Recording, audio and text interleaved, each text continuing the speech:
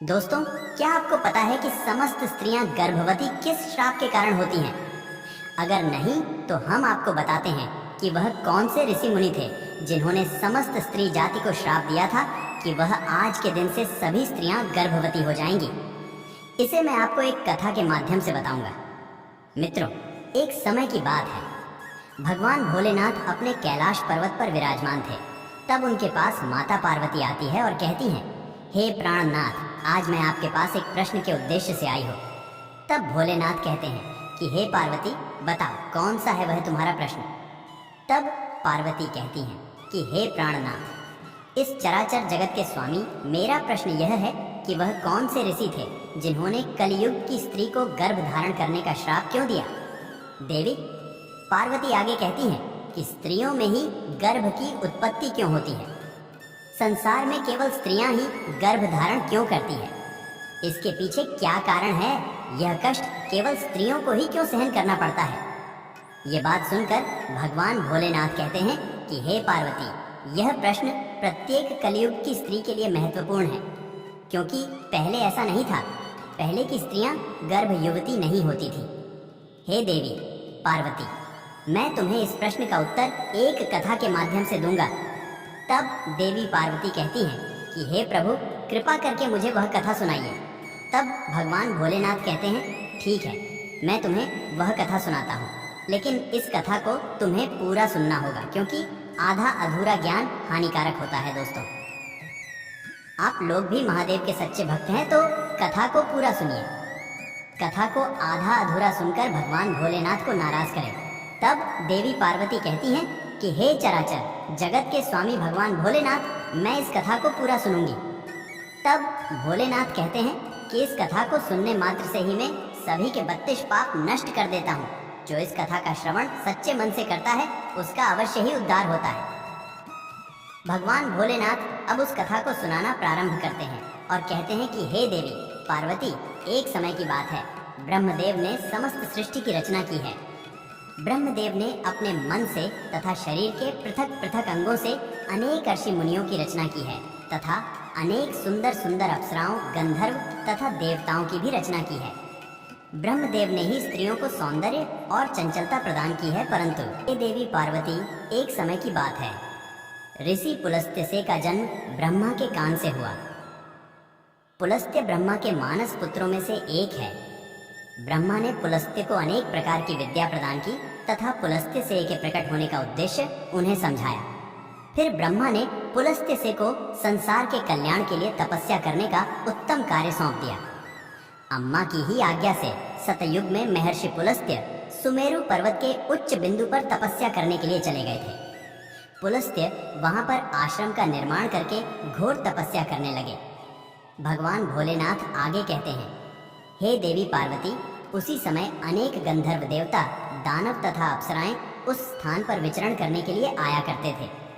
उन सभी की दृष्टि पुलस्त्य से पर पड़ी तो वे सभी उनकी पुलस्त्य से की तपस्या भंग करने की चेष्टा करने लगे। उन्होंने पुलस्त्य की तपस्या में अनेक बार विघ्न उत्पन्न करने का प्रयास किया।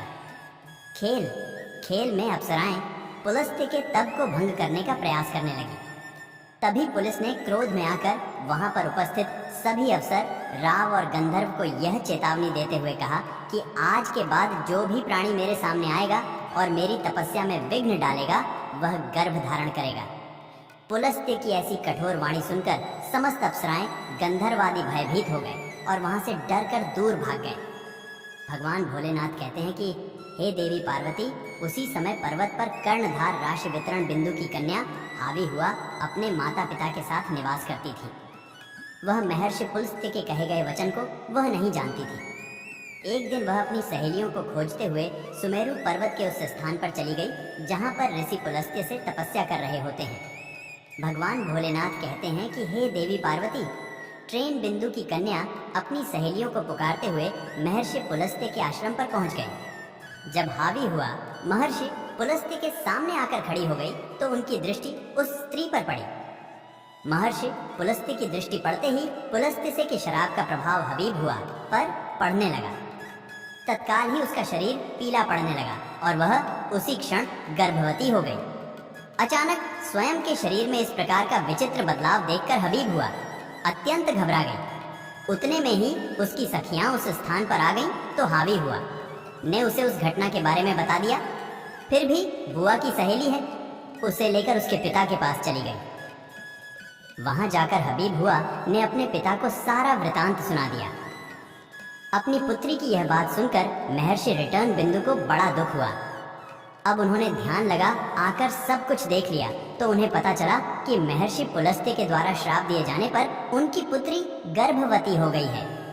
इससे वे अत्यंत दुखी हो गए और तुरंत ही अपनी कन्या को साथ में लेकर वे सुमेरु पर्वत पर चले गए। भगवान भोलेनाथ आगे कहते हैं कि हे देवी पार्वती, वहां पर उन्होंने महर्षि पुलस्त्य को देखकर उन्हें नमस्कार किया और क्षमा याचना करने लगे।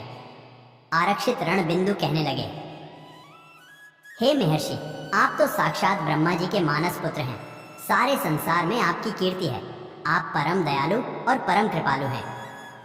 आज मेरी पुत्री के द्वारा अपराध हुआ है। वह आपके द्वारा कहे गए कथन से अनजान भी आप ही के श्राप के कारण आज मेरी पुत्री गर्भवती हो गई है।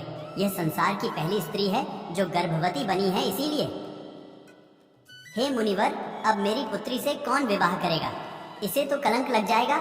इसीलिए मैं आपसे प्रार्थना करता हूँ कि आप मेरी कन्या को पत्नी के स्वरूप में स्वीकार कीजिए।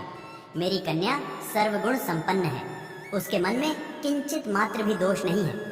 यह सदैव ही आपकी सेवा में तत्पर रहेगी। भगवान भोलेनाथ आगे कहते हैं, देवी पार्वती, इस प्रकार से ऋषि तरण बिंदु ने आदर पूर्वक महर्षि पुलस्त्य से विनती की। तरण बिंदु के आदर सत्कार और स्तुति से महामुनि पुलस्त्य अत्यंत प्रसन्न हुए और हावी हुआ को दिए गए श्राप से उन्हें बड़ा दुख हुआ। फिर उन्होंने आश्रित शीतलन तरण बिंदु को आश्वासन देते हुए कहा, हे मुनिवर, मैं आपकी स्तुति से अत्यंत प्रसन्न हूँ। मेरे ही कारण तुम्हारी कन्या गर्भवती हुई है। इसीलिए मैं तुम्हारी कन्या को मेरी पत्नी के रूप में स्वीकार करता हूँ। इसीलिए तुम अब चिंता न करो। भगवान भोलेनाथ कहते हैं, हे देवी पार्वती, इस प्रकार से महर्षि पुलस्त्य ने ऋषि तरण बिंदु की कन्या हबीब हुआ को पत्नी के रूप में स्वीकार किया। तरण बिंदु की कन्या हावी हुआ महर्षि पुलस्त्य के साथ उनके आश्रम पर ही रहने लगी और दिन रात सच्चे हृदय से उनकी सेवा करने लगी।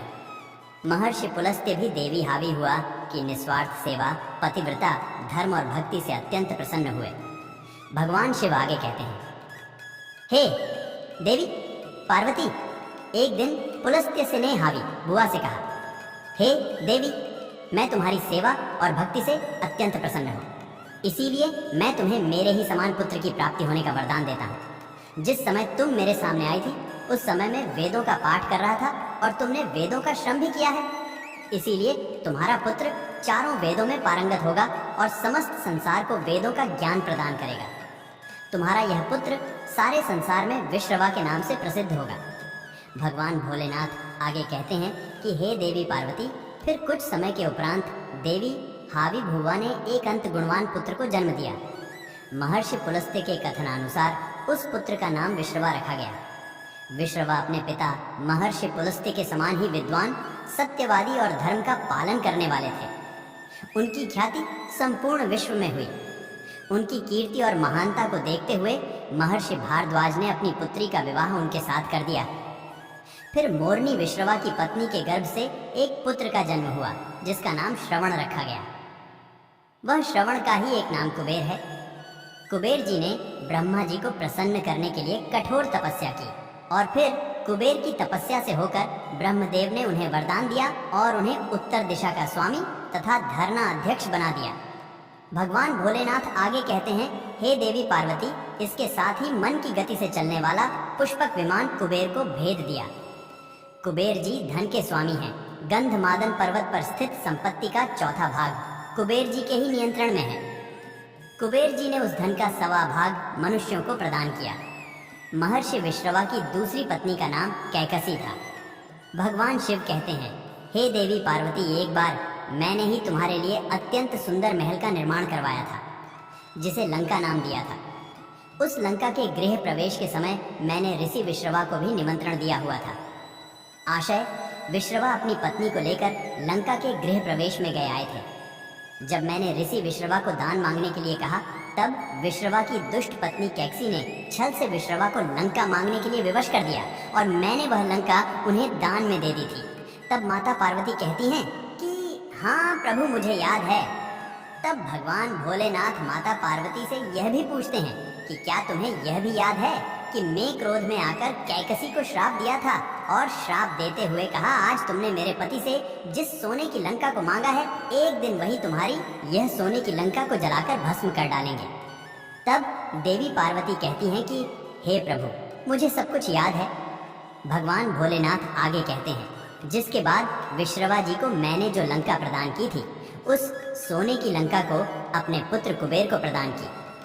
किंतु बाद में कैकसी के पुत्र रावण ने कुबेर से वह लंका छीन ली।